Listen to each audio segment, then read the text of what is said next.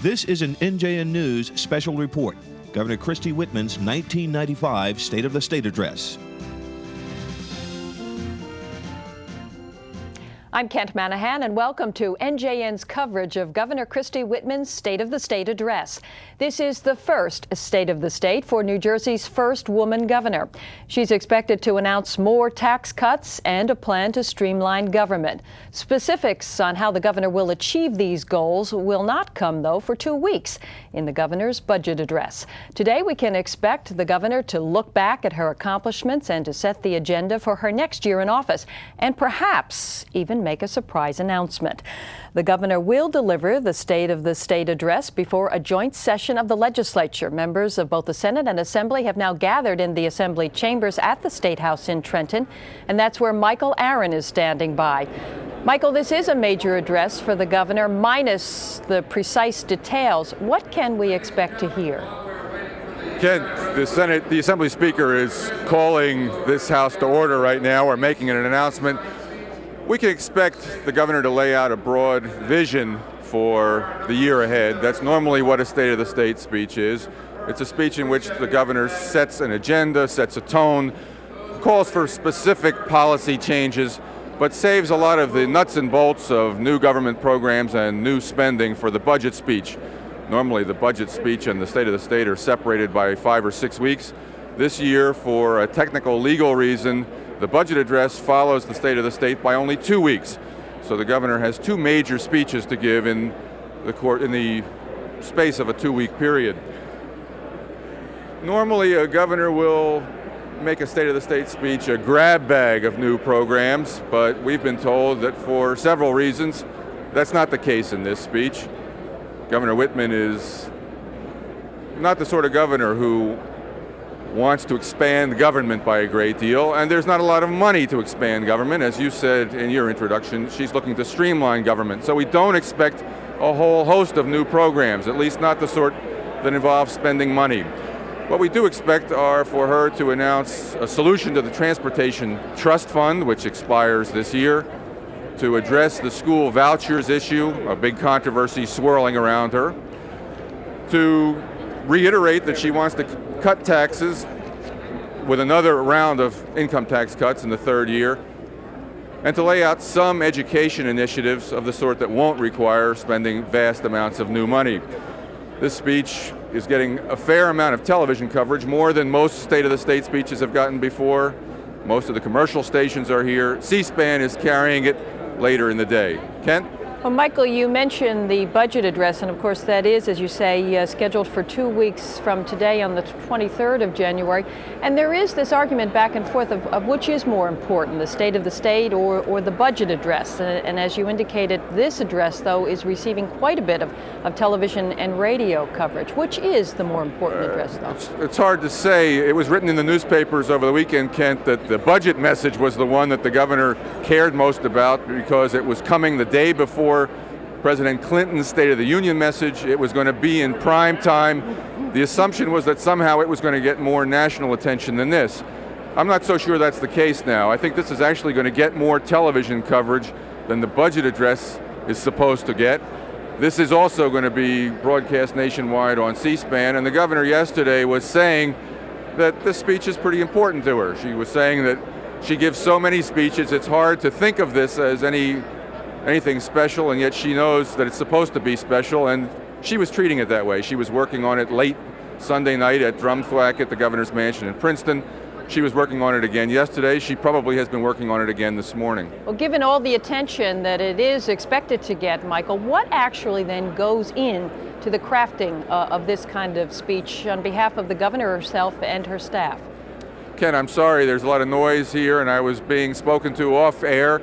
Can you repeat the question? Surely. Just what goes into crafting this kind of speech, given the importance that it seems to be getting around the country? You know, I'm not really privy to how the mechanics of the speech writing process go in this governor's office. I was told yesterday that this was a collaborative effort. I was told that Mark Magyar, who's a deputy chief of policy and planning and a former State House reporter for the Asbury Park Press, had a fair amount to do with it. Jim Gardner is another former Asbury Park Press editorial writer who is said to be the chief speechwriter here. I'm sure Governor Whitman has spent a lot of time on it herself. I asked Hazel Gluck, one of her chief political advisors, yesterday, have you seen the speech? And she said she'd seen it in a few drafts. So a fair number of hands have touched this speech. The governors are probably the final one. Kent, we have a gubernatorial cabinet officer standing by, and I think, can we get Lonna Hooks? We're joined by Lonna Hooks, the Secretary of State. Hello, Michael. How are you? Madam Commissioner, how are you? I'm very good today, Michael. Good. Really good. Let me just see what's happening here. Is the governor about to come in? Well, the clerk is reading the order of business. All right. Let's talk until the governor comes. The governor has a 57% approval rating in the latest poll. 15 months ago, you were riding around in a bus with her, and she was an underdog candidate. Now she's being touted as national political material. How do you all in her inner circle feel about that? We feel absolutely fantastic, of course. The governor came in with promises and a vision, Michael, and I think that 1994 proves that if you have the leadership ability and the grit to stick to an outline, you can have a 57% approval rating. And I read a poll recently that was a little bit higher than that, Michael. All right, well, the new Asbury Park Press poll on Sunday was 57%. Is it going to people's heads? Are you excited for her? Do you want to see her go national? You're a longtime friend of hers. I want to see us do really well in the state of New Jersey. As you know, Michael, we have a blueprint. The cabinet met very early on in 1994 and set forth a three-pronged plan. You see that coming to fruition. You see us working in every cabinet department to open New Jersey for business, regulatory reform, reinventing government. Have we done that? Are we continuing to push all those programs? You see us working very hard to look at streamlining business and streamlining the way that government does business. That was not arbitrary. That was a plan outlined by Governor Whitman and followed by the entire cabinet. I want us to see those plans to fruition. We have a lot more to do. Business ombudsman is one of your hats. You are in charge of streamlining regulations. Another area you're supposed to oversee is the arts. In the budget that's coming up 2 weeks from now, will the arts fare well or not so well? Michael, the arts are going to fare well because Governor Whitman realizes what a significant contribution the arts make to the state of New Jersey. If you saw recently the Forbes article, we had a very big spread in Forbes. We got a very big spread in travel and leisure. And you know one of the focal points of travel and tourism in the state of New Jersey, you know one of the first things that businesses who come to talk to me as the ombudsman talk about? The quality of life in this state. What's one of the main underpinnings of the quality of our life? It is the arts and cultural community that we have here. We have world-renowned artists in the state of New Jersey. We're going to do okay next year. One of the newspapers said that one of the proposals that the governor is going to call for today is streamlining the permit process, DEP, with perhaps a one-year guarantee on businesses getting their permits or else they get all their money back. Is that going to be part of this speech today? Well, you've got part of it. I tell you, Michael, you can find out everything we do, don't you? You've got most of it. We're going to talk about certainty in the permit process. You know, I've worked for a year as a business ombudsman, working very closely with DEP and the Department of Commerce and all of my fellow cabinet members. In every area of the state of New Jersey, we're going to offer guarantees that if we've got it on the books and you're promised a permit in a certain time frame, we're going to talk to you about that. It's not definitive that everything is going to be a year. We're not going to hamstring any of my fellow cabinet members, but we're talking about certainty in the process. We're talking about this administration understanding what it takes to run a business and knowing that you've got to have time frames so that you can operate. Last question. How important is this event for the governor today? I think this is very important. This is a year for us. The formal anniversary comes up on the 18th, but today is really a year. Today, we go back and review what we've done in 1994, and we're going to set forward for you very good concepts and broad brushstrokes for what we plan to do in the next 3 years. I think it's important for people in New Jersey to know that this governor has a vision. This governor is a leader. All right, Secretary of State Lonna Hooks, thanks for joining us. And let's go back thank you. Let's go back to the Trenton newsroom and Kent Manahan. Kent? Michael, thank you, and we'll be rejoining you shortly. Well, it was just about a year ago that Christy Whitman took office as governor of the state of New Jersey, and I am joined now by NJN's two political insiders, Republican Roger Bodman and Democrat Jim McQueeny, our regulars here on NJN, and they're going to take a look at the governor's first year in office as we bring it to you, because we're going to open our discussion, first of all, looking back in time to January 18th, 1994. That was Inauguration Day for Christie Whitman, and in her inaugural address, the governor set the tone for her first year in office. Here's an excerpt. I have just taken the oath of this office you have entrusted to me. To me, this oath means one thing. I will not hedge. I will not backtrack. I will keep my promises to you, my friends, to the best of my ability, so help me God. Let's not keep economic growth waiting another minute. If President Clinton and his Congress can reach backward into time and raise your taxes retroactively, your governor and your legislature can cut them retroactively.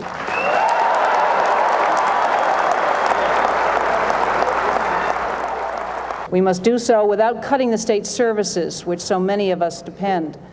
We must do so without driving up the property tax. The shell game of raising one tax to cut another is over. We are joined now, as I promised, Roger Bodman, Jim McQueeny. Gentlemen, welcome. And Jim, to start with you, has the governor backtracked or hedged, in your estimation, in her first year? In all candor, I think she is perceived to having met a campaign promise, which the inaugural speech started off as saying.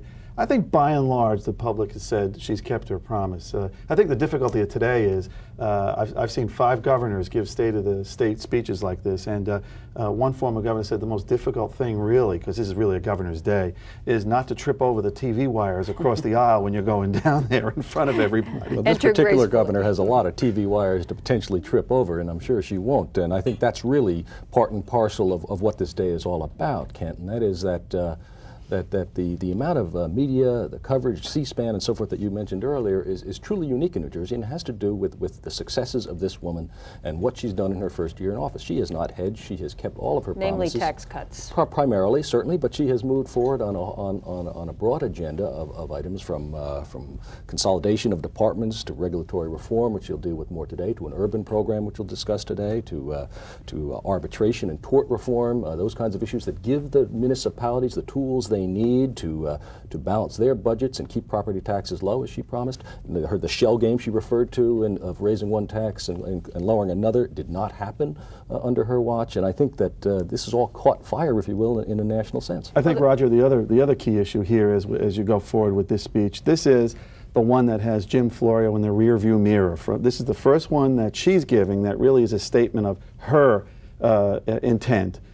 She's not carrying any inherited baggage like perhaps that might have been the case partisan-wise a year ago. Mm-hmm. This is going forward now. It also brings with no excuses situation here. What you're promising now is all on your watch. What you have to deliver now, you can't blame on Jim Florio if you fail to do it. Roger mentions the urban agenda, and there has been much criticism from New Jersey's mayors that there has been a lack of an urban agenda from the Whitman administration. Might we hear something about that? You seem to think so, Roger. What do you think? I think it's a necessary thing to do, frankly. Just on political terms, I think the governor should mimic and follow what Tom Kean very successfully did, as any governor should have the sense to do here, which is link up with this constituency. It's an important one in New Jersey. It's also going to be one that's going to be proved difficult for her, this governor, in dealing with the new Congress in Washington, where traditionally a lot of the source of money to deal with a lot of these problems has come. It's not going to come anymore. That's exactly what I was going to say. I mean, the fact again here is that this administration, both philosophically and financially, can't afford to pump billions of dollars into, or tens of millions for that matter, into the cities.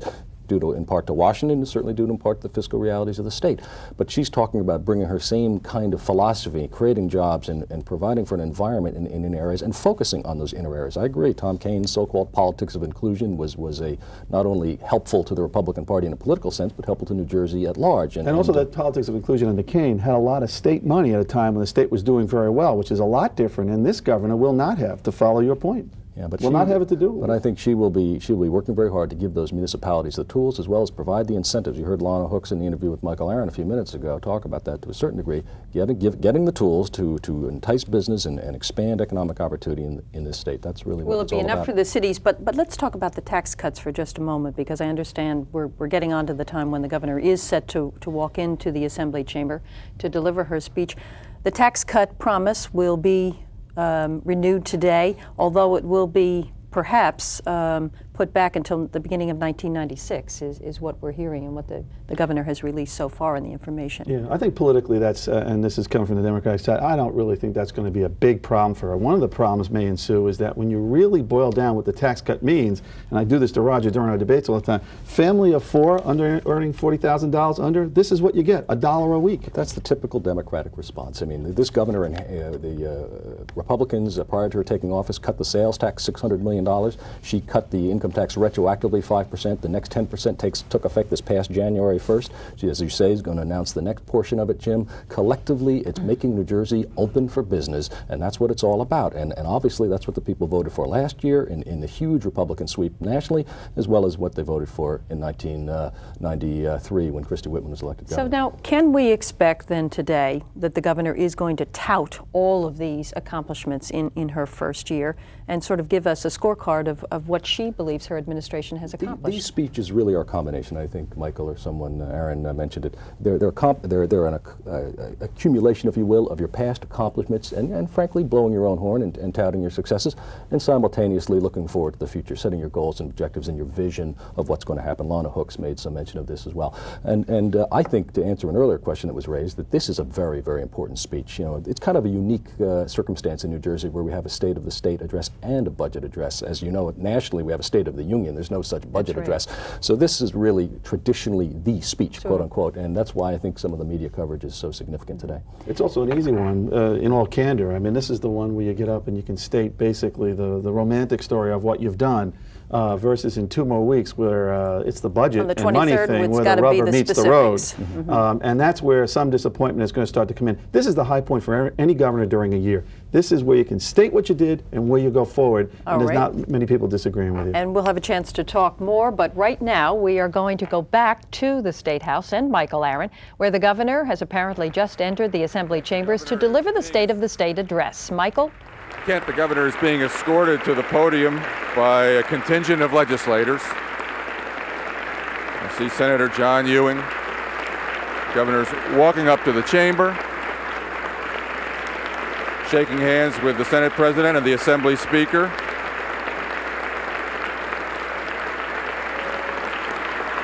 And she's ready to give her speech.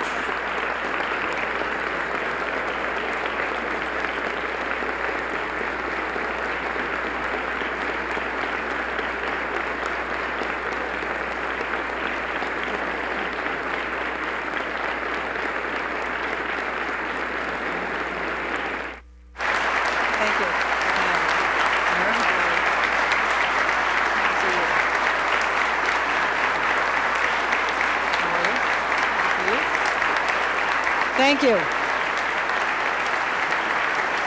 Thank you. Let's get started here.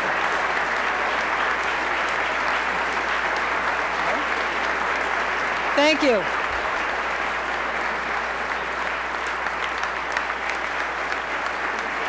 Thank you very much. Oh, Charlotte, how are you? Thank you. Thank you.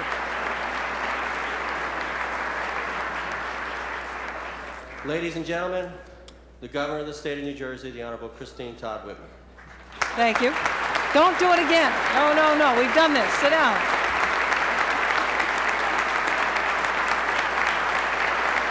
Thank you. Thank you.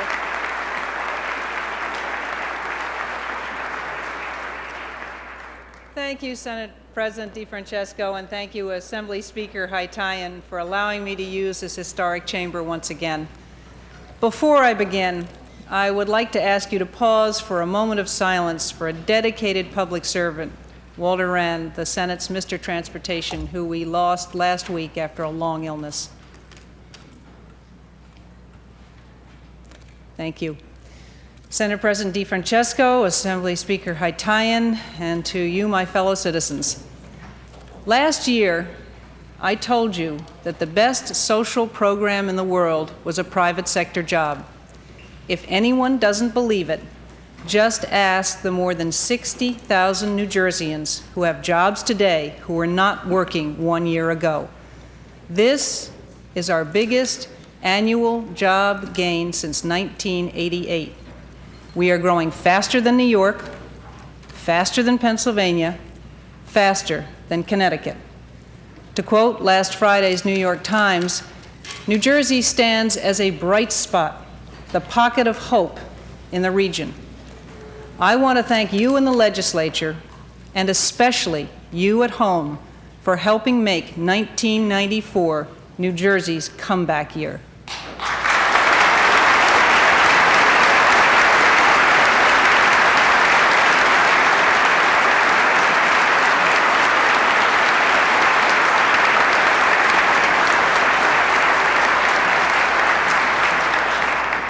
It was no accident.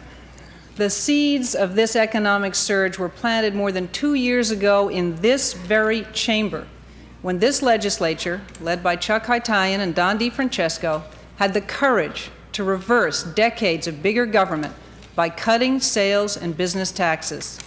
Last year, we built on that success by cutting business taxes again, and by cutting income taxes not once, but twice. Together, we sent the message across the state, across the nation, and around the world that New Jersey is open for business.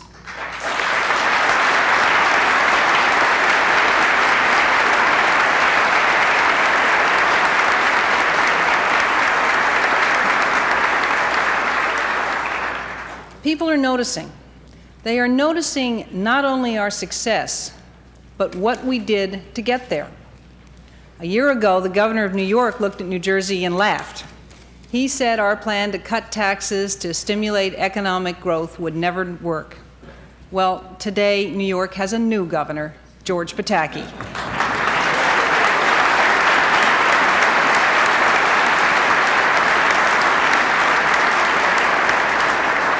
And he has a copy of our New Jersey plan right on his desk.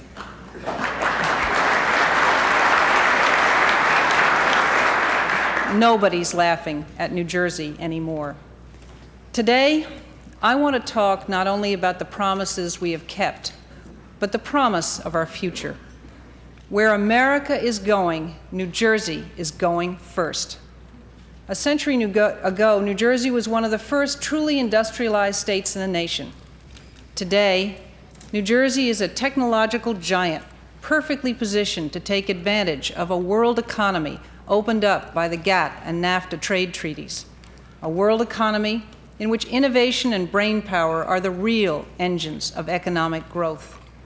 Our telecommunications and pharmaceutical industries form the backbone of an innovative state that boasts more scientists and engineers per capita than any other. 45% of the nation's pharmaceutical research and development is conducted here in New Jersey. Our 127 miles of beaches and Atlantic City's casinos anchor a $19 billion tourism sector that is the second largest industry. Blessed by our location in the middle of the Northeast Corridor, we are a state that 1,100 foreign firms call their home away from home. If we were a nation, New Jersey would be the 18th largest economy in the world. We should be able to generate prosperity at a level that offers a good life to every New Jerseyan willing to work hard and take responsibility for their future. Yet as a state, we have often been underachieving because we have not always recognized the need to nurture our economy. That is why my first executive order created an Economic Master Plan Commission to develop a first-rate strategic business plan for this state. Tomorrow, that commission, which was ably chaired by Alan Bowers of Cooper and Lybrand, will present its recommendations on how government and the private sector can work together to spur economic development. But its mission is so important that I want to highlight at least a few of its findings here today. Not surprisingly, the Commission concluded that over the past decade, overregulation, and particularly business uncertainty over when, whether, or even if a permit would ever be approved, has posed the biggest single barrier to economic prosperity in New Jersey. It is a problem that cuts across all state agencies, But the biggest target of complaint has always been the Department of Environmental Protection. We know we cannot afford to slacken our efforts to protect the environment. In fact, the Commission itself cited a North Carolina Institute's Gold and Green study, which concluded that a clean and green environment is vital to economic prosperity. In New Jersey, clean air, water, and beaches mean jobs. Just ask the lifeguard from Point Pleasant or the innkeeper from Cape May, the ski instructor from Vernon Valley or the whitewater guide on the Delaware. But excessive paperwork never cleaned up a factory or a stream. So we have begun to clean up excessive paperwork.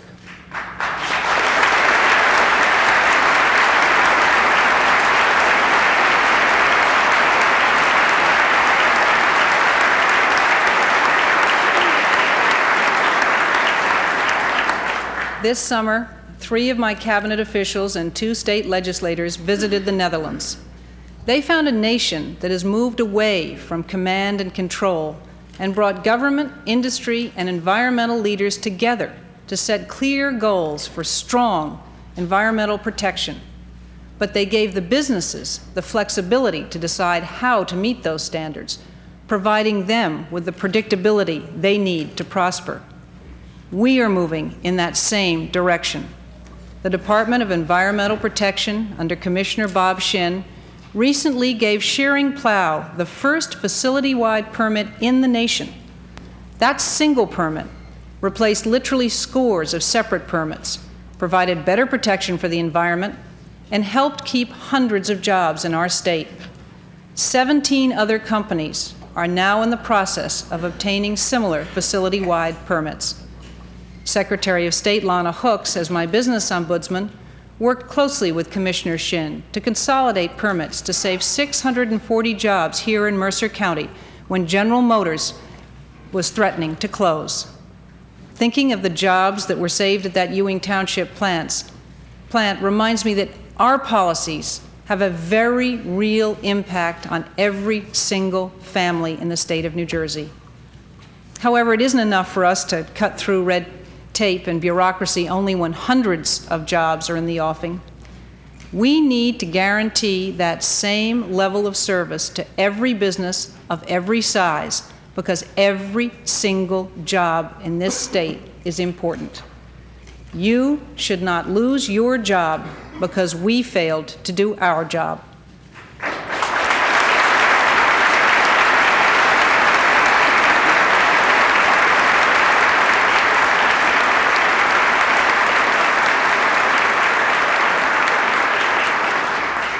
The Economic Master Plan Commission has recommended that the state provide approval or a money-back guarantee to every business whose permit is not processed in a specified, reduced amount of time.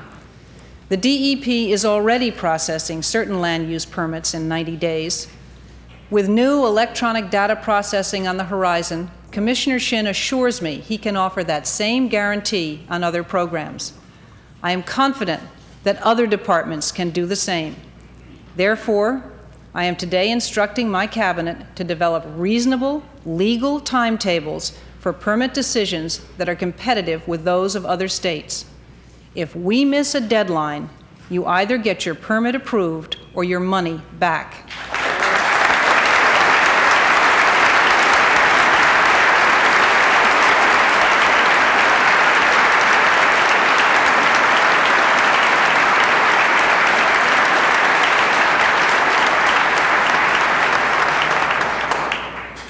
Our job as a state government is to spend your money wisely, to streamline government, and to create an economic climate and quality of life that fosters prosperity for all. You work hard for the tax dollars you send to Trenton and your local governments. It's your money. Government has no right to take a single penny more than it needs, and we won't.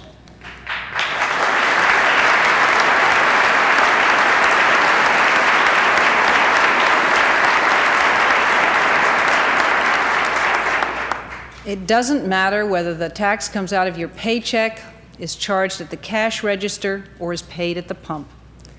When we first started discussing how to extend the fund that pays for highway and mass transit projects, many argued that raising the gasoline tax a nickel or a dime was the right thing to do, that it was somehow noble to fight to raise taxes. There is nothing noble about raising taxes unnecessarily.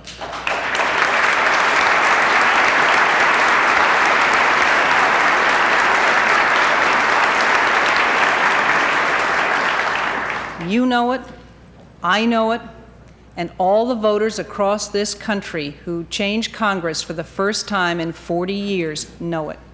They have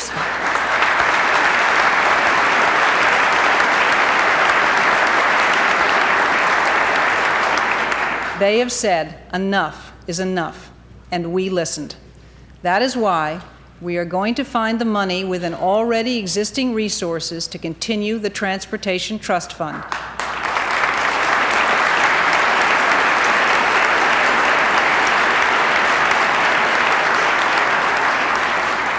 A trust fund that would otherwise run out of money for new projects in June. Over the next 4 years, our plan will pump an additional $3.5 billion into transportation projects that create jobs. It will increase aid to counties and municipalities for road repair by $50 million a year. It will enable us to complete such vital projects as the Hudson Waterfront Light Rail System and the Patco Extension in South Jersey, and make needed improvements on Route 70. And it will cover the cost of compliance with the Clean Air Act, which, as you know, we successfully negotiated with the federal government to save us at least $100 million.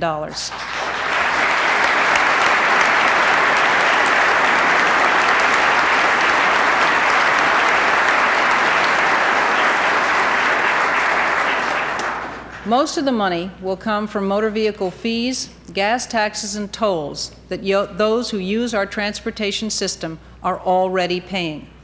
Part of the money will come from cost savings identified by the Department of Transportation, and from the money we are going to save by the merging of the Division of Motor Vehicles into the Department of Transportation.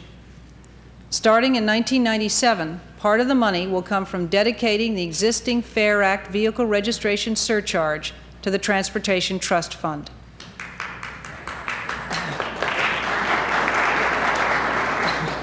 And to further underscore my commitment, I will seek a constitutional amendment dedicating an additional 3 cents from the existing gas tax, which now goes into the Treasury, to the Transportation Trust Fund to guarantee that our transportation system gets the money it needs.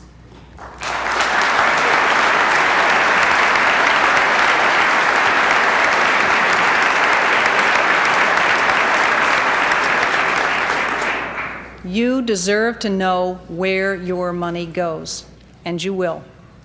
We are going to stress the trust in the trust fund. When I ran for election, you trusted my promise to cut state income and business taxes. Make no mistake about it. The budget I present on January the 23rd will continue the income tax cuts and business tax reductions that are fueling our economic recovery.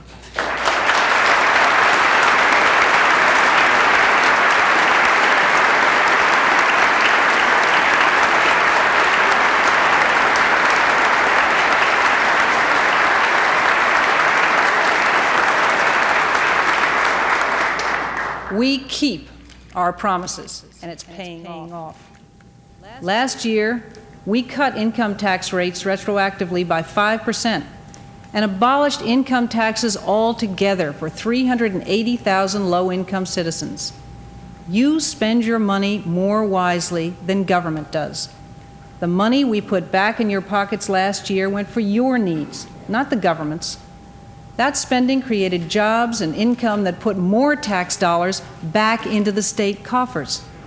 As of January 1st, we reduced the income tax by an additional 10% for middle-income taxpayers. That means even more money in your hands and more money pumped into the New Jersey economy. But taxes and regulatory reform alone are not enough. Every year, millions of dollars that could be used to create jobs, lower health care costs, provide economic opportunity, are squandered instead on frivolous lawsuits and excessive insurance costs. I commend Senators Gerald Cardinale and Joseph Carrillas for bringing this issue to the forefront. I urge the legislature to quickly enact meaningful tort reform to restore balance to our civil justice system and curb meritless cases.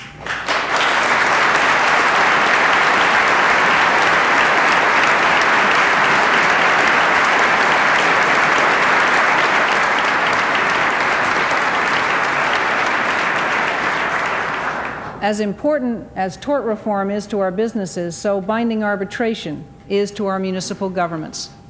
Legislation sponsored by Senators Peter Inverso and Bob Martin will give our municipalities a chance to hold the line on contracts that are driving up property taxes. I strongly urge its passage.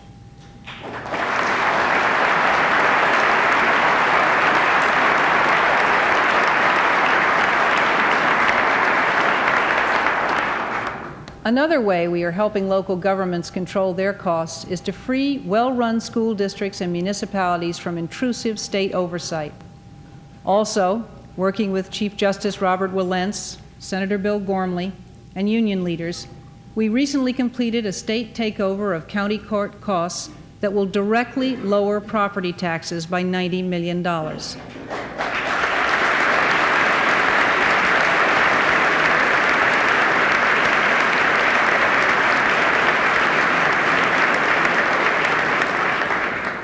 But counties, municipalities, and school districts have the same responsibility as we do to live within their taxpayers' means, to control costs, and to hold down taxes. Review teams under Treasurer Brian Clymer have identified hundreds of thousands of dollars of potential savings in every town they have visited: Kearney, Ventnor, Passaic, and Willingboro. Local officials are listening. Mayor Leo Vartan wrote in to say that Kearney's fiscal review made city officials focus on their real objective. To quote him, "Government sensitive to the concerns and needs of the community, committed to the financial well-being of its shareholders." It is up to all of us, as shareholders in this great American experiment we call democracy, to find new ways to work together to come up with innovative solutions to the problems that plague our state.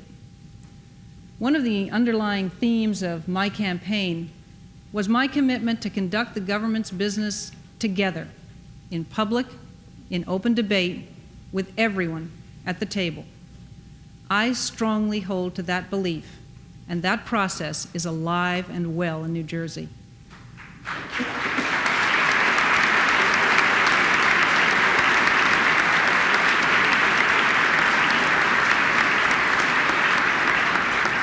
Environmentalists, labor leaders, and business people are working together in an unprecedented way on a commission chaired by Assemblyman Steve Korodemus to find a solution to the Newark Bay dredging problem that will be good for the economy and good for the environment. For the first time, administration officials are meeting with state employee union leaders before the budget is finished to solicit ideas for cost savings. That will be an ongoing process until a budget is adopted in June. On Thursday, we will host a conference at Rutgers that I hope will mark the beginning of a new chapter in labor management cooperation in state government.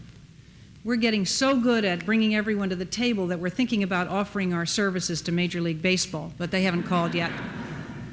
We must include everyone in the promise of New Jersey, and that includes our cities.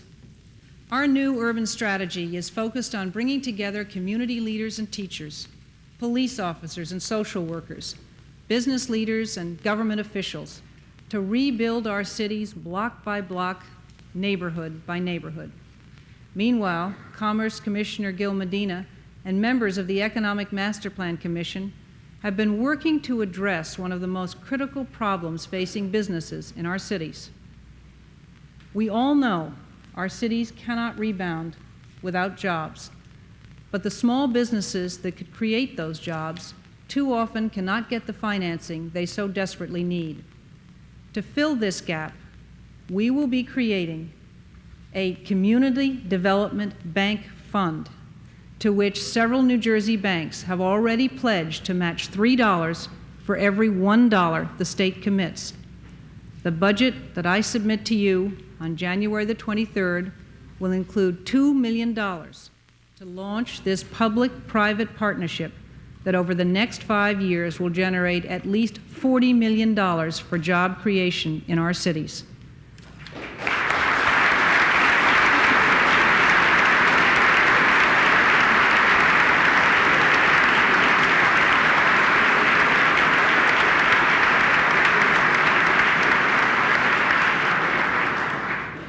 But new businesses will not come into our cities or anywhere else unless we clamp down on the violent crime that threatens us all. We must be tough, and we will be. Construction should begin soon on a new 3,000-bed prison in Bridgeton that will keep hardened criminals behind bars. Last September, we graduated a new state police class that put more than 119 troopers on our roads. This March, we will graduate a second police class, and funding for a third class will be set aside in this year's budget.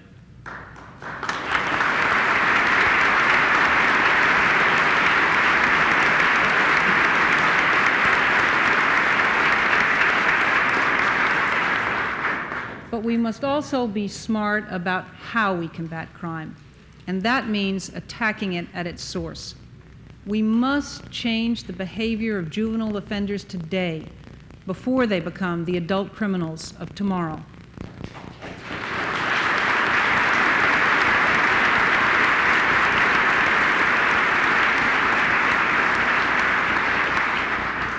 As my Juvenile Justice Advisory Council pointed out, we must put more efforts into programs designed to keep youngsters out of trouble in the first place.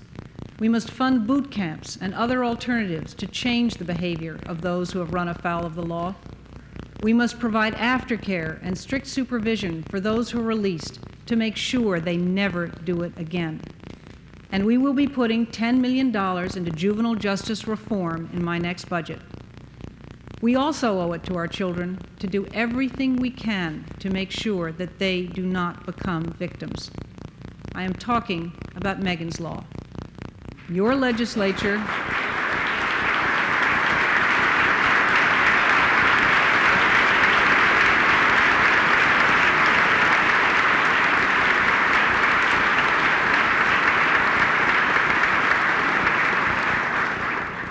Your legislature and I will continue to fight in court for your rights as parents to know if a dangerous paroled sex offender has moved into your community. There is nothing more precious to us than our children. And after the safety of our children, nothing is more important than their education. That is why we must be daring in our efforts to reform our school system. Education Commissioner Leo Klagholz is working hard to keep one of my most important promises, to develop rigorous core curriculum standards that will ensure that every child, whether he or she grows up in Cherry Hill or Patterson, will be offered a truly thorough and efficient education.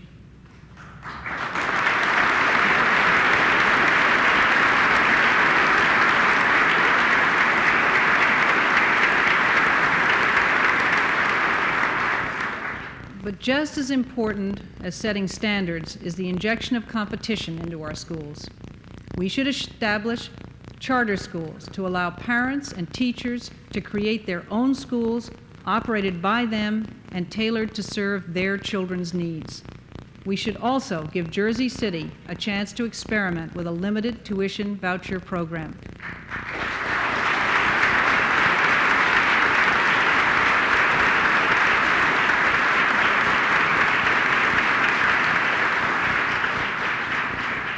Because of the questions surrounding this issue, the Senate President, the Speaker, and I have agreed to establish a task force to examine all aspects of vouchers. Today, I issued an executive order establishing that task force, and I look forward to its report. During the review period, supporters and opponents will have the opportunity to express their views. We will propose legislation in time to be implemented for the 1996 school year.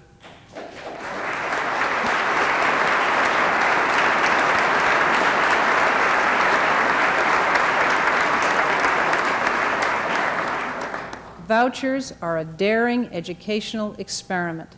The only thing we have to fear is success. We not only need to change our education system, we need to change the way we provide social services to our most vulnerable citizens. I believe you share this view. 2 months ago, voters overwhelmingly passed a $160 million bond issue that will give more people a chance to be a part of New Jersey's family, not apart from it. That vote will enable us eventually to move half of the population with developmental disabilities off long waiting lists and into group homes and apartments.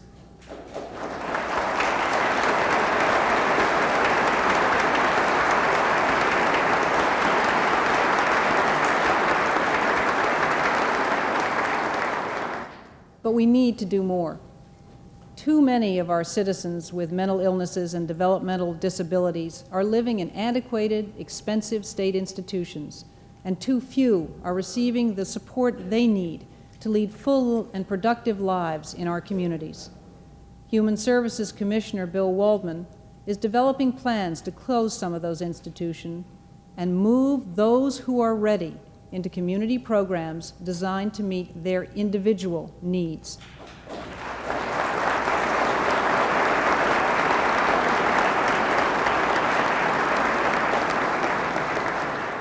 Similarly, Commissioner Waldman and Health Commissioner Len Fishman are developing an assisted living initiative that will enable senior citizens to receive services while maintaining their independence.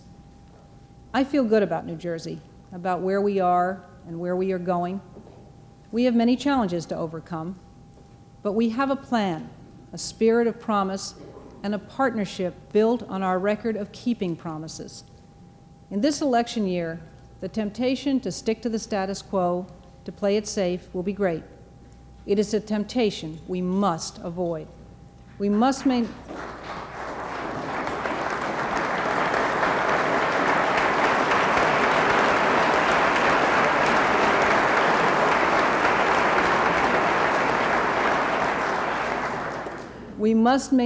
the momentum we have created and the trust in government, in good government, that we are building.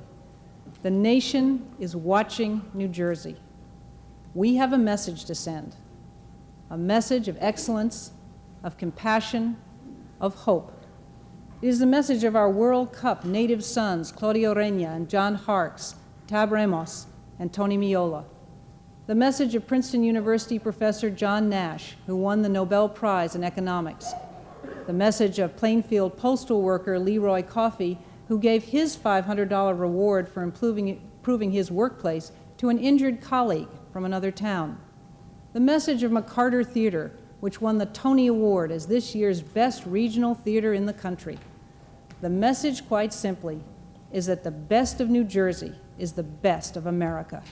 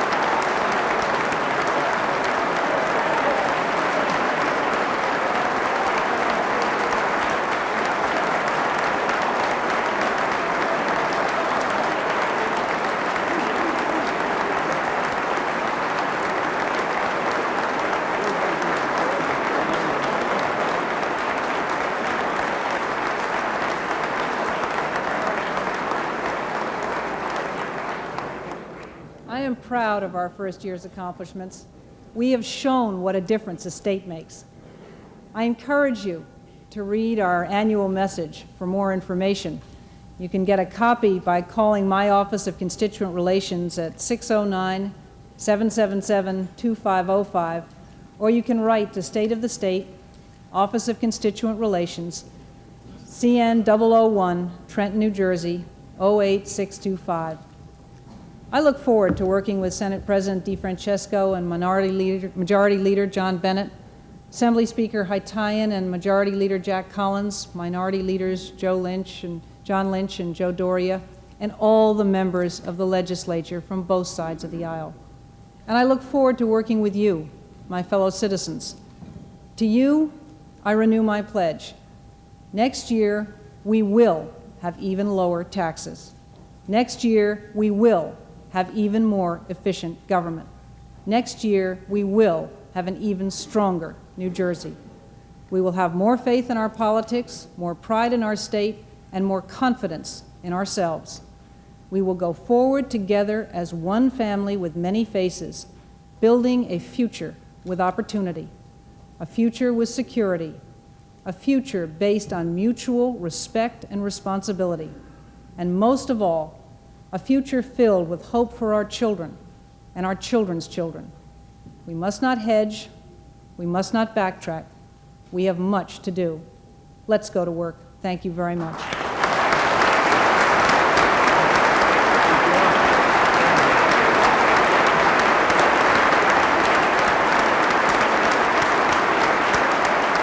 Governor Todd Whitman wrapping up her first State of the State address.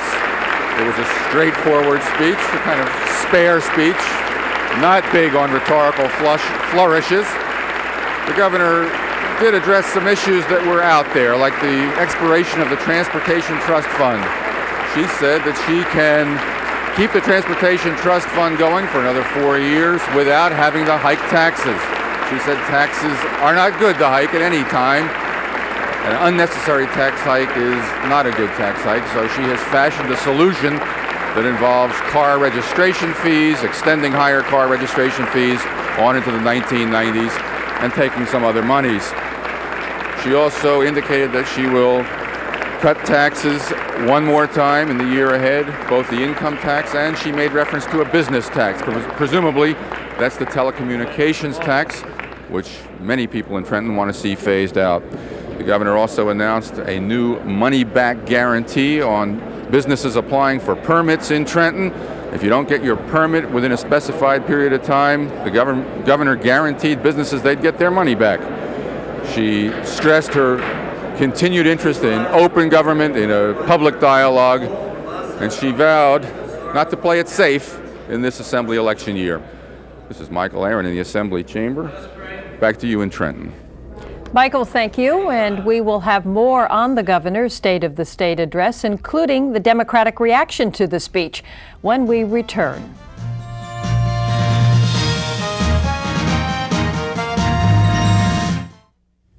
Welcome back to NJN's coverage of Governor Whitman's State of the State address. The governor has just finished her speech, painting a very upbeat picture of New Jersey's economy. And as expected, she called for another cut in the state income tax. Here to respond to the governor's speech for the Democratic Party is Senate Minority Leader John Lynch. Senator Lynch, thank you for being with us. Good to be here, Kent. The governor says New Jersey is doing well, in fact, better than our neighbors, New York, Pennsylvania, and Connecticut. She's calling for another tax cut, and some people say that perhaps there won't have to be that bloodbath many talked about in order to balance this year's state budget. Well, you don't have a bloodbath if you're not going to make real cuts in government to pay for an income tax cut.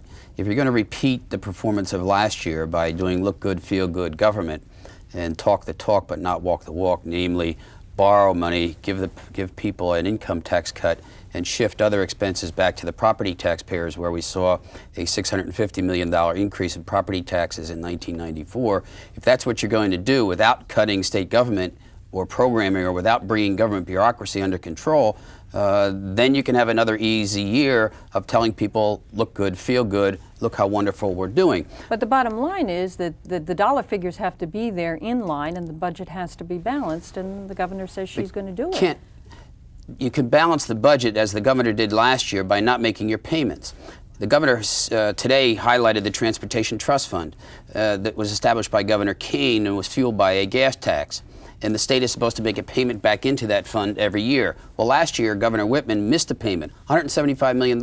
She didn't pay the mortgage. Last year, the governor borrowed $1.3 billion from the pension system for employees of municipal government, school districts, and state workers.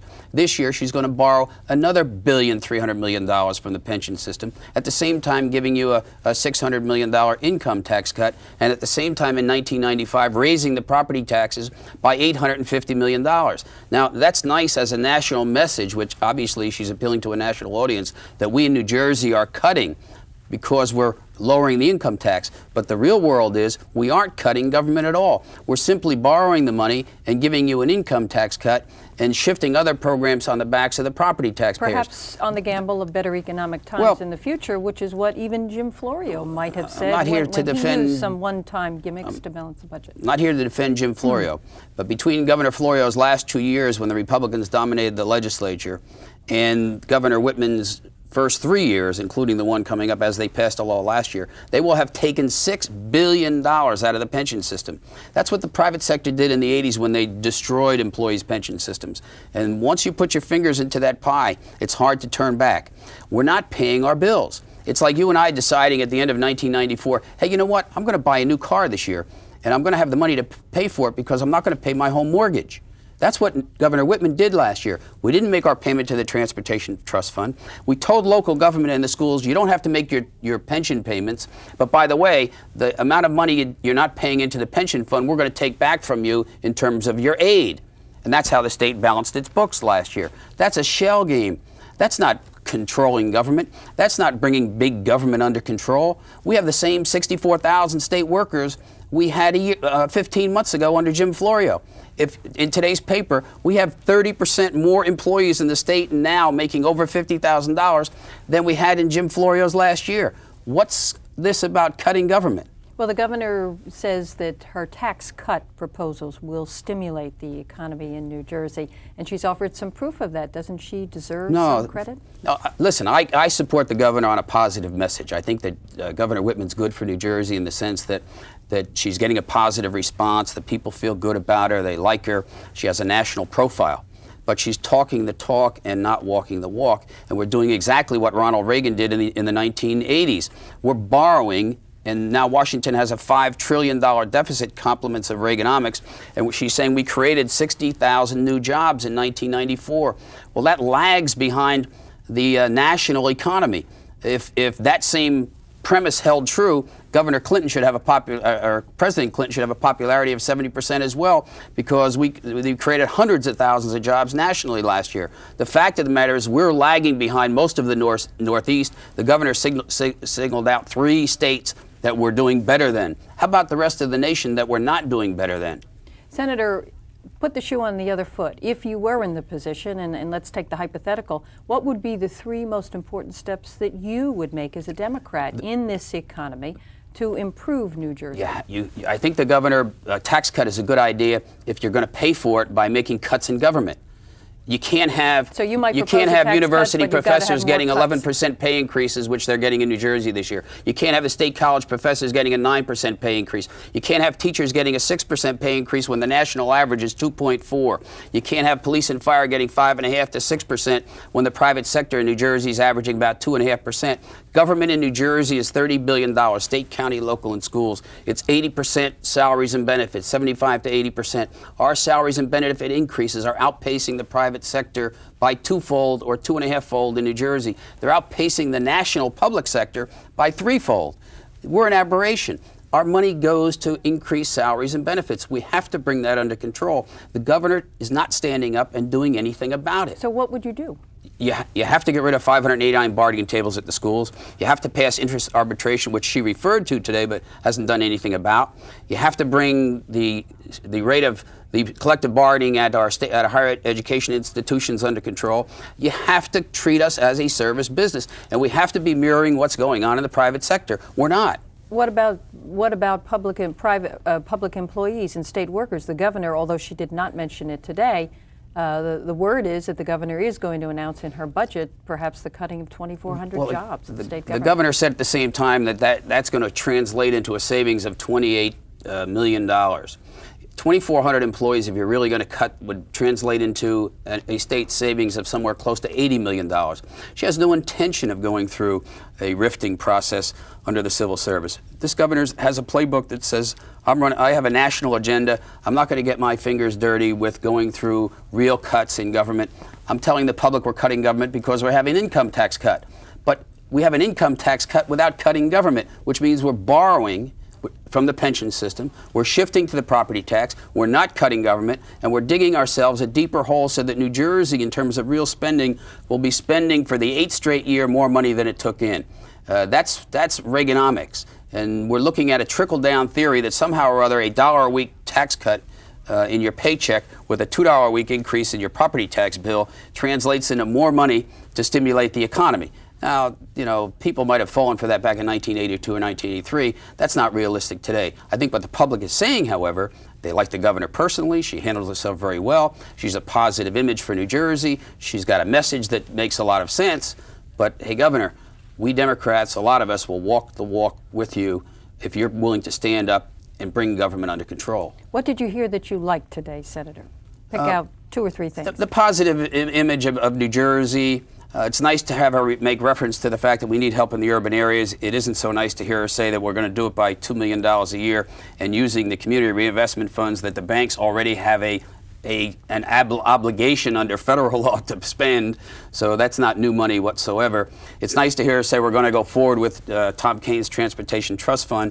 But on the other side of that, what she's saying is we're going to borrow more money without creating any real new revenue, although she said we're going to raise fees. Well, fees are taxes, I guess.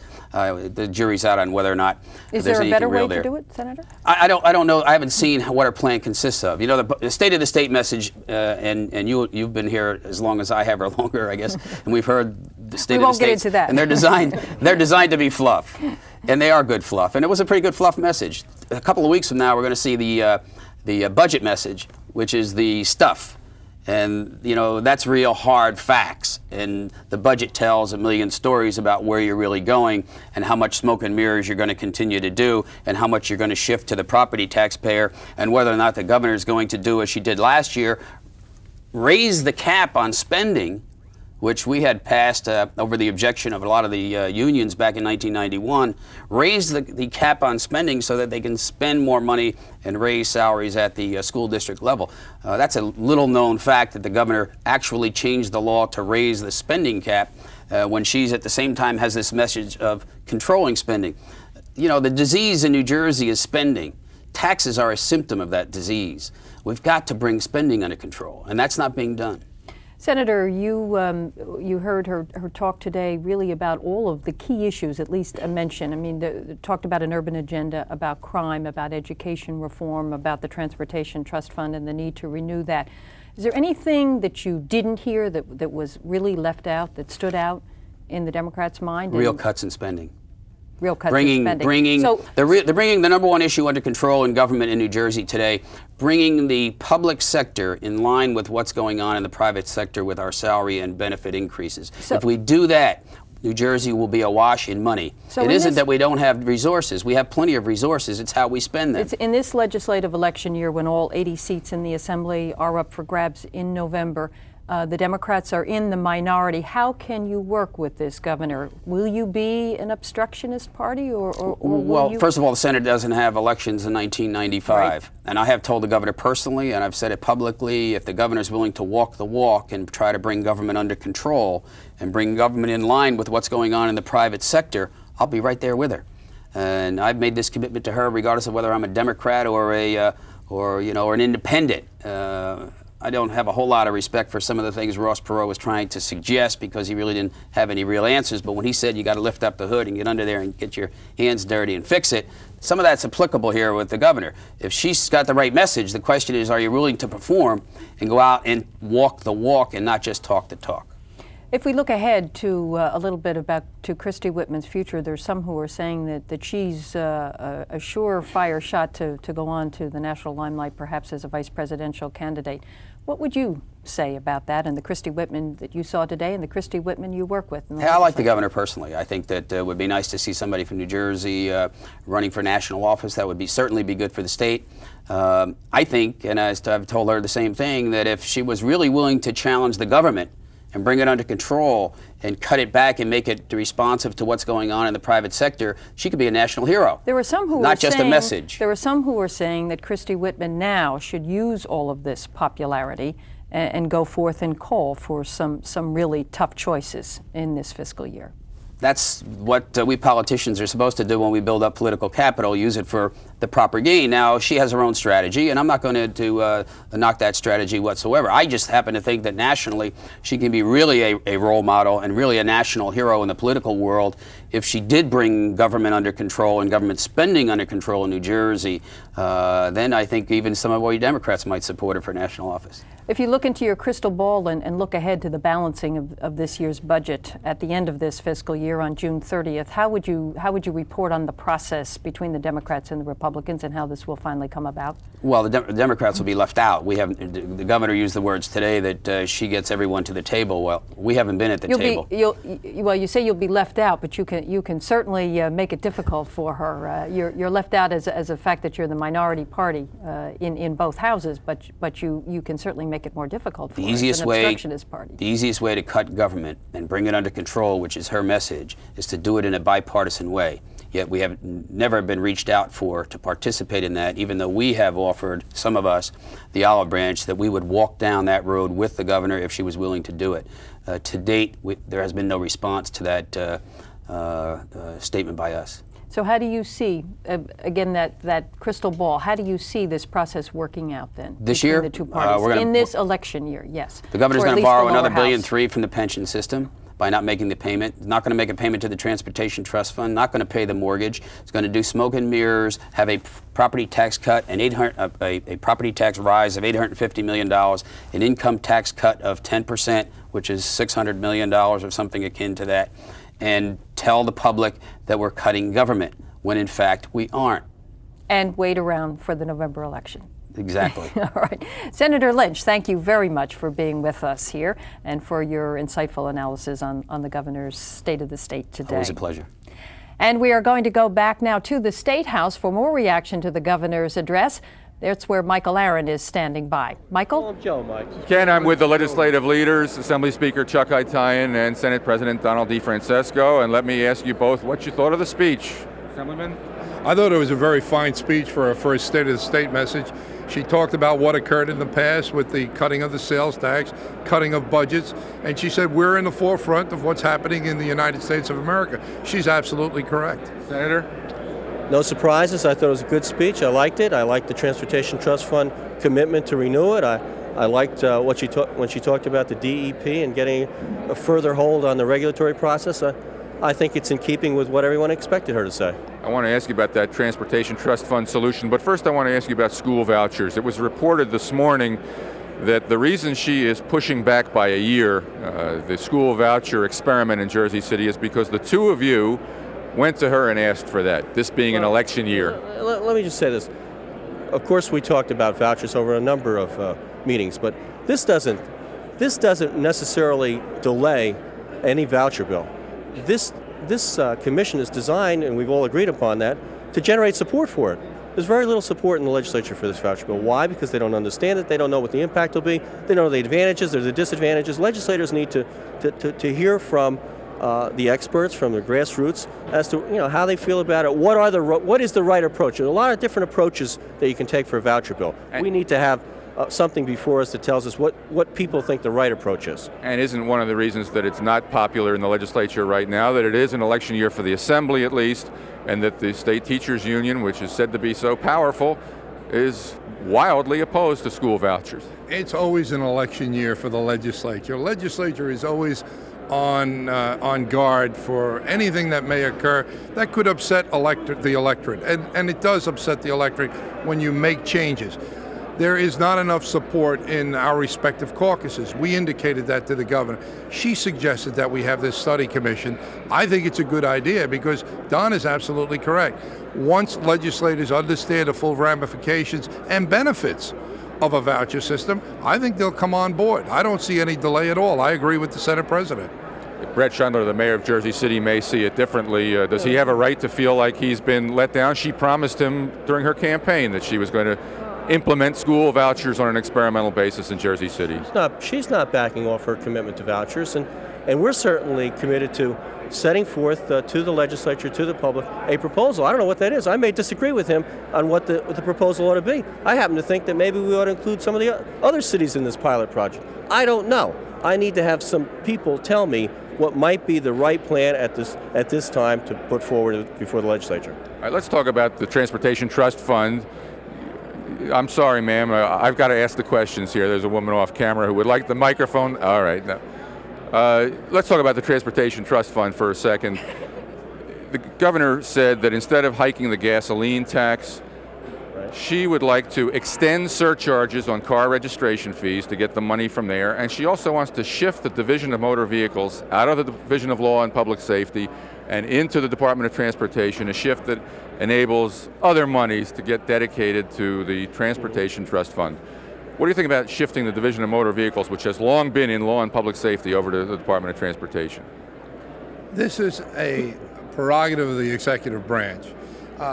That's how the executive branch works. It's what makes her more comfortable in her administration.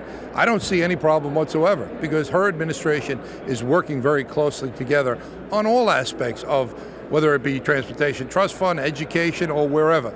Therefore, I don't see any problem at all. In fact, the fact that she's talking about extending the Transportation Trust Fund is absolutely excellent. That's what makes jobs in New Jersey. That's what creates jobs. That's what gets our roads taken care of. I think she's going to increase, in fact, the amount of money that's going to be available in the Transportation Trust Fund. I think it's a very, very good suggestion. So this thing is going to sail through without any opposition or any friction? Legislation. I agree with Chuck that our commitment is to renewal of the trust fund. We don't know all the details. We only know what she said today. We're obviously going to sit down and go over this. I don't seem to have a problem in my mind with what she said today, so I think that I can support it, but we don't know exactly what will be before us before we, until we sit down with them. And so we've only known what we heard today, and I like what I've heard today.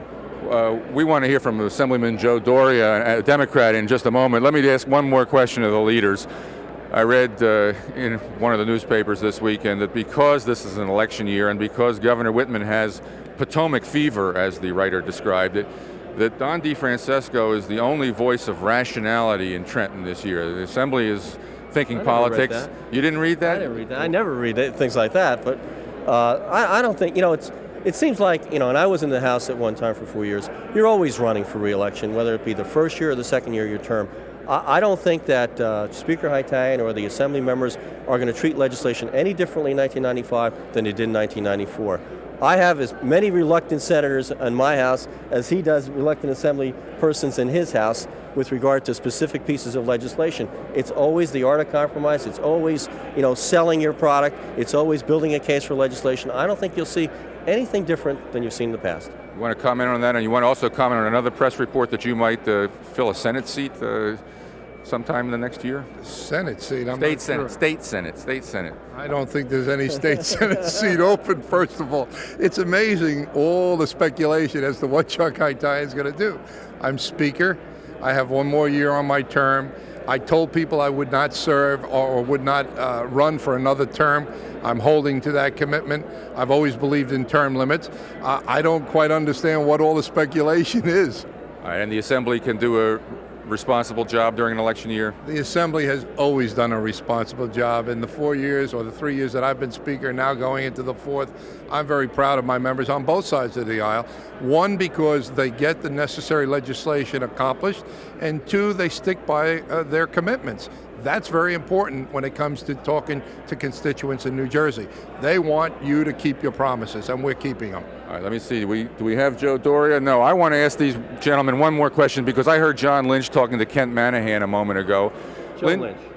Joe Lynch? No. John Lynch, Senate Minority Leader John Lynch. And he has been saying lately, and he said again today, that Governor Whitman is doing a great job of cutting taxes, but she's not really cutting spending. Now, this was not her budget address, but let me ask you to address the thrust of that remark, that the governor is putting off the spending cuts and just getting away with cutting taxes? Well, I like the fact that the governor has taken her time in addressing the bureaucracy in Trenton, and that she didn't come in and try to do everything in 30 or 60 or 90 days. She has cut some spending. She did produce a lower budget than the previous year's budget, which is the first time, as I recall, in 20 years or 19 years that I've been here. So she is streamlining government. She's going to do a lot more of that in 1995 because now she has her people in place, she has the tools, she has the legislature behind her. I think 1995 will show more benefit from her planning with regard to streamlining government than in 1994 because she's been there for a year. She's had an opportunity to study the system. Last word? If we allowed Governor Florio to move on his budget of $15.8 billion in 1992, we would be spending almost $17 to $18 billion today. We are in the low $15 billion range. We've held spending. Governor Whitman has held spending. I don't think that suggestion that we're cutting spending is accurate. We are cutting spending, and in fact, we are cutting taxes at the same time. Okay. Assembly Speaker Chuck Haytaian, Senate President Don DiFrancesco, thanks very much. I see Assemblyman Joe Doria, the minority leader in the Assembly, standing by here. Okay. Assemblyman? Yes. How are you? Very good. How you doing, Michael? Good. Let me ask you, you listened to the governor give the State of the State speech. What do you think? Did she accurately portray the state of the state? Well, let me say I thought it was a good speech. I especially liked the line that the best of New Jersey is the best of America. I think that was an excellent line. It should be our state motto, in fact, slogan. You don't like the one we have now, what a difference a state makes? I think the first one, the best of New Jersey, the best of America is much better. So just on that point. But I think, it's a good speech. I don't agree with her economic outlook. I think New Jersey should be doing better economically. We've always done much better. We're ahead of this other states in the regions. We should be further ahead. Our unemployment rate is higher than the national average, 6.1 versus 5.4% nationally. That, I think, is a concern. She promised 450,000 jobs in 4 years when she ran for governor. This year, we increased the number of jobs by 60,000. Very good. But it doesn't make 450,000 in 4 years. We have to work hard to try to improve. The income tax cuts and the cuts in taxes have helped a little, but they didn't do everything they were touted to do. And what they did do is they created higher property taxes, which the people of the state have to pay. For the record, she says that she did not promise 450,000 new jobs, that she was misunderstood, and that she was talking about some other kind of projection. I know you Democrats are holding her to that number. Well, again, like all governors, they always are misunderstood when they come and are elected. That's a typical problem that exists. She solved the Transportation Trust Fund without hiking the gas tax by tapping into higher car registration fees that were put on in 1990 to solve an auto insurance deficit problem, extending those surcharges, and by dedicating more of the current gas tax to renewal of the Transportation Trust Fund. And she also wants to move the Division of Motor Vehicles to help facilitate this move. Any problems with that? Well, no, I'm happy we don't have to raise the gas tax. Obviously, we don't want to increase taxes, so I'm very happy with that. I just think that it's ironic, given the kind of outrage expressed in 1990 by a number of things which we in the Democratic legislature and the Democratic governor did, including some people who opposed the FAIR Act on the basis of the increased registrations, that now we're using those increased registrations to pay for the Transportation Trust Fund. Government's very inventive, isn't it? Well, it's very inventive, and it's always good to live off the backs of the people who have made responsible decisions before you. So hopefully somebody will be able to do that in the future. I don't know if that will happen given some of the decisions presently be made, but I think that it's very good. We all support the Transportation Trust Fund. I voted for it, one of the first people to come out on the Democratic side of the aisle in 1985 to support Governor Kane when he first proposed the Transportation Trust Fund. So I'm very supportive of the trust fund. I'm very, very supportive of the solution. I think it's ironic that we're using that money from the increased fees, which should have paid off the MTF debt, but as you know, we bonded $700 million to pay off the MTF debt, so we don't have to use those fees, and I'm happy to see that. I don't know how we're going to pay off the MTF debt in the future, pay those bonds off, but that obviously is a problem for the next administration. One more question. You're from Hudson County, you're from Bayonne, next door to Jersey City. The governor is dealing with this school voucher program. She pledged during the campaign to put an experimental school voucher program into Jersey City. She said today it looks like They're putting an advisory group together that'll accomplish that by 18 months from now. How's that going to play in Hudson County? Well, again, depending upon where you stand on vouchers, there are those people who say, that's good, let's study it to death. There's other people who say, well, we should have it right away. I know Mayor Shumlin's not happy, and he's expressed that chagrin in a number of the newspapers this morning. I have a piece of legislation that's been in a long time that calls for choice in education, and I've supported that. I didn't feel that the proposal that I had seen from the governor's office dealing with charters, not with charter schools, but with vouchers, was a real proposal. I never felt that it really was going to work. The study commission maybe will come up with a real proposal. I'm glad to see she supports charter schools. I've had a bill in for 3 years. That bill is now moving. Assemblyman Rocco, the chairman of the Education Committee, and I are the sponsors of the bill, and he's pledged to work with me to get the bill through quickly. So I'm glad to see she's joined us in supporting that legislation. Okay, Assemblyman Joe Doria, thanks for joining us today. We saw Mayor Brett Schundler's wife sitting right here in one of the Whitman family chairs. The mayor himself was not here. He had an event in Jersey City. Also here at this event, the governor's brother, Dan Todd, sitting next to her husband, John Whitman. This was the first time that the Supreme Court has attended a State of the State address. The governor decided to invite the court and break precedent. She felt that the court was the third arm of government and they deserved to be here. They accepted the invitation. This is Michael Aron, where the State of the State speech was just given in the Assembly chamber. Sending it back to you in Trenton. Kent? All right, Michael, thank you. And rejoining us now here in our Trenton studios, as they did at the beginning of the program, Republican Roger Bodman, Democrat Jim McQueeny, our NJN analyst. Gentlemen, it seemed like that was one of the shortest State of the State speeches that I have heard and can remember in recent years.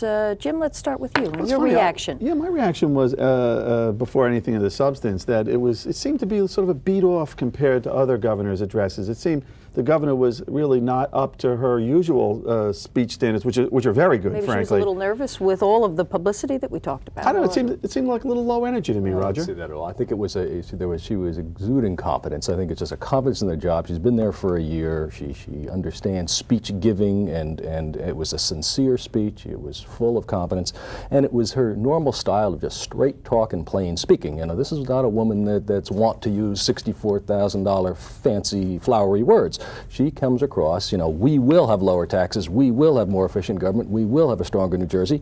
That's understandable stuff, Jim, and it's a good speaking style she used in her inaugural address last year. Actually, it did seem like moving the ball forward like 3 yards in a cloud of dust style, just plodding forward here. And as she ended her speech, she said, we got to get to work.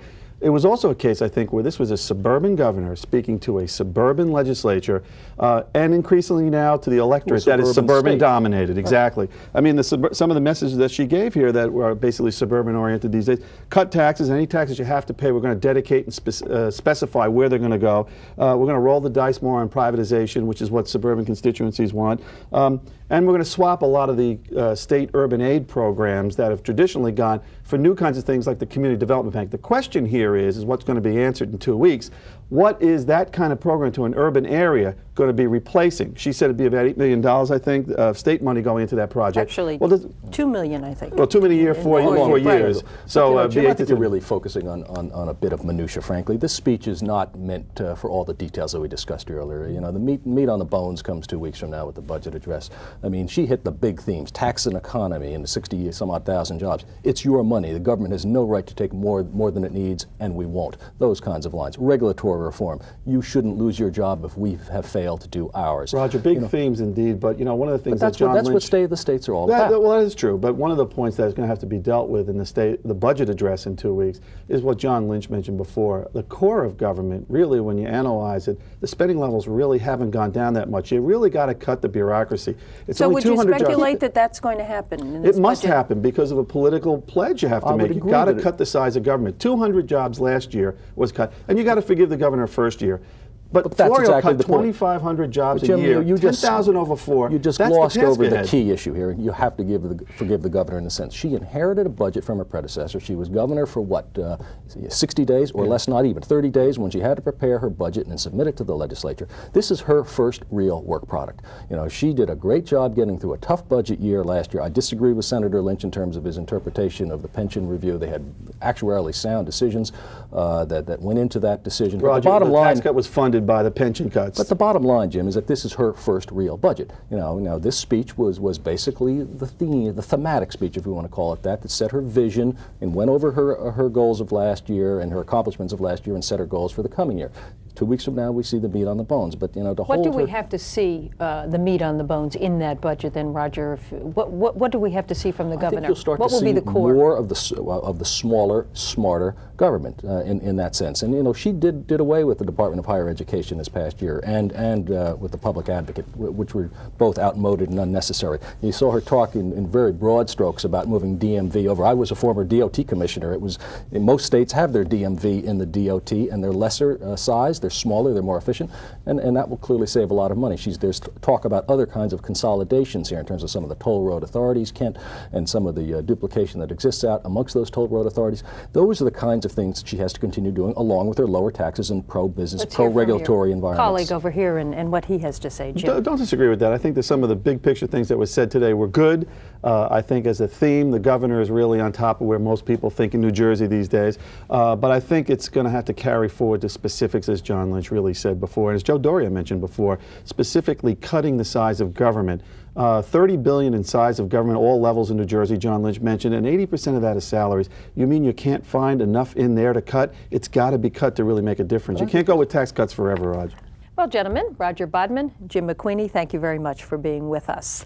And that completes NJN's coverage of Governor Whitman's 1995 State of the State address. A rebroadcast of NJN News is coming up next, so stay tuned. I'm Kent Manahan. Thank you for being with us.